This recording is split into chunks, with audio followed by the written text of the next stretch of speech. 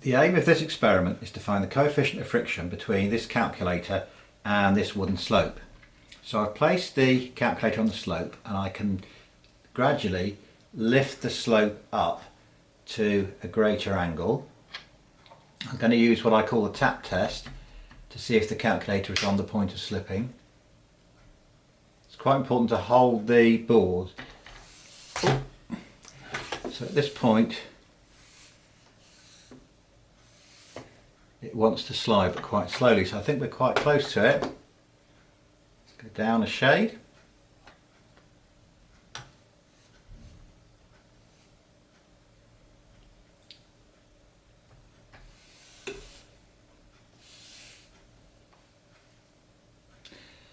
So at this angle the calculator sits on the slope, but if I tap it will just start to move. I'm going to use an inclinometer to find the angle between the slope and the horizontal. I'm using an inclinometer app on my phone, which is very easy to download.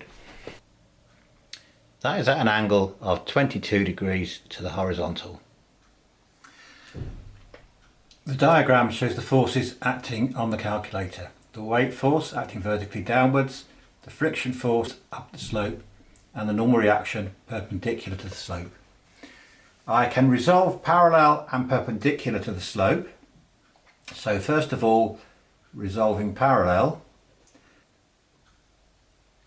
mg sine alpha is the component of the weight acting down the slope, and because the situation is in equilibrium that will be balanced by F, and so we get this equation. Perpendicular to the slope, the component of the weight will be mg cos alpha, and again because of the equilibrium that component will balance R to give this equation.